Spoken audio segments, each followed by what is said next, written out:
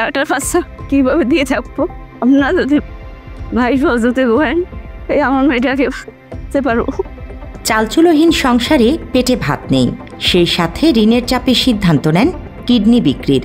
সেখানেও ব্যর্থ হয়ে নিজের শিশু সন্তানকে বেঁচে দেওয়ার চেষ্টা করেন হতদরিদ্র কৃষক। আমি ঋণ মানুষের কাছে অনেকগুলো করছি।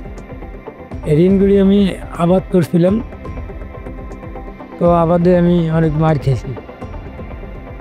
মার খাওয়ার কারণে আজকে আমার মেয়েকে আমি অনেক চিন্তা ভাবনা করে আমার মেয়েকে আমি বিক্রি দিতে যাচ্ছিলাম এবং দিয়েছিলাম। আমি 50,000 টাকা মানুষের কাছে নিয়েছিলাম, নিয়ে আমার বউ মেয়ে না দিয়া ফিরিয়ে দিয়েছি।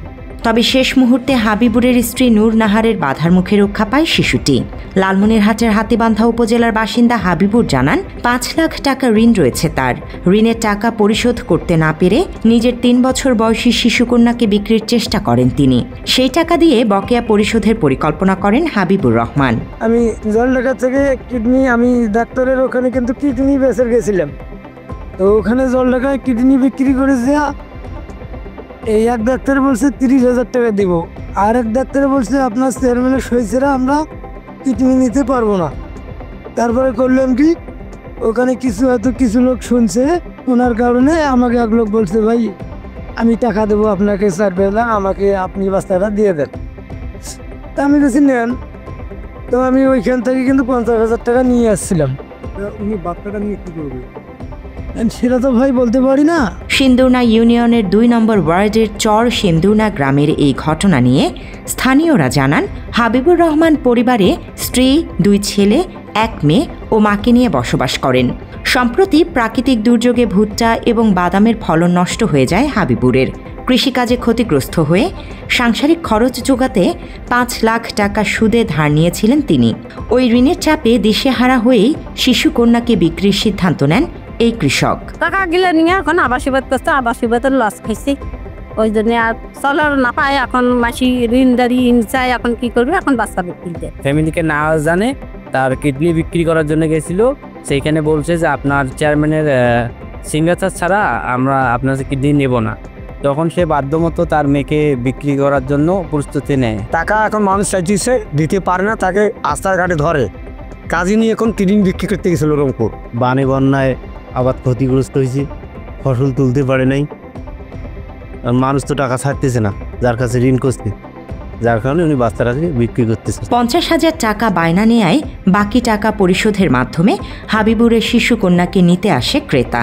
তখনই নিজের শিশুকে ক্রেতার হাতে তুলে দিতে অস্বীকৃতি জানান হাবিবুরের স্ত্রী নূর নাহার। ফলে বায়নার টাকা ফেরত নিয়ে চলে যান ক্রেতা। নিজের সন্তানের সুরক্ষার জন্য সমাজের বিত্তবানদের প্রতি সাহায্যের আবেদন নূর নাহারের। মাত্র 30% টাকায় জমির মালিক হয়ে নতুন বাংলাদেশের গড়ে তোলার স্বপ্ন দেখা বাংলা বসতি। আমার স্বামী মানুষের কাছে ঋণ করছে অনেক টাকা, 5-6 লাখ টাকা। এখন বাচ্চারা না বিক্রি করে কি করে, দেখতেছে কোনো পথ নাই তার। এখন কিডনি 2টে তাও বিক্রি করছে একটা, তাও মানুষ নেন আনছে। এখন কোনো সহযোগিতা না পেয়ে আমার বাচ্চারাকে বিক্রি করতে দিচ্ছে। একটা বাচ্চা কীভাবে দিয়ে থাকবো? আপনারা যদি ভাই সহযোগিতা করেন এই আমার মেয়েটাকে বুঝতে পারবো। ঋণগ্রস্ত কৃষক হাবিবুরের বৃদ্ধা মাও সাহায্যের আবেদন জানান সামর্থ্যবানদের প্রতি, যেন দুবেলা দুমুঠো খেয়ে পড়ে বেঁচে থাকতে পারেন তারা। উঠে গেছে, পিএস গেছে, সবাই জানে, গ্রামবাসীর লোক সবাই জানে। যেতেছে বাবা, তোমরা সাহায্য করো, মেয়েটা যাতে ধন্যবাদ, মেয়েটা খাটা দেয়নি।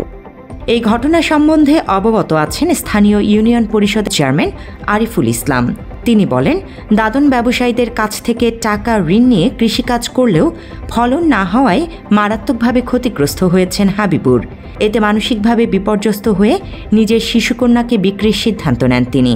বিষয়টি জানার পর তাৎক্ষণিকভাবে হাবিবুরের স্ত্রীর নামে একটি অনুদানের কার্ডের ব্যবস্থা করে দিয়েছেন ইউপি চেয়ারম্যান। হাবিবুরের বউর নামে আমরা ভিডব্লিউবি একটি প্রতি মাসে 30 কেজি করে বিনামূল্যে চাউলের ব্যবস্থা করে দিই। আমরা সবার কাছে বিনত অনুরোধ যে এই হাবিবুরের পাশে আমরা সবাই যারা বিত্তবান আছি সবাই মানবিক হৃদয় বিদারক এই ঘটনার দ্রুত স্থায়ী সমাধানের আবেদন এলাকাবাসীর। জান্নাতুল ফেরদৌস তমা, বাংলা এডিশন।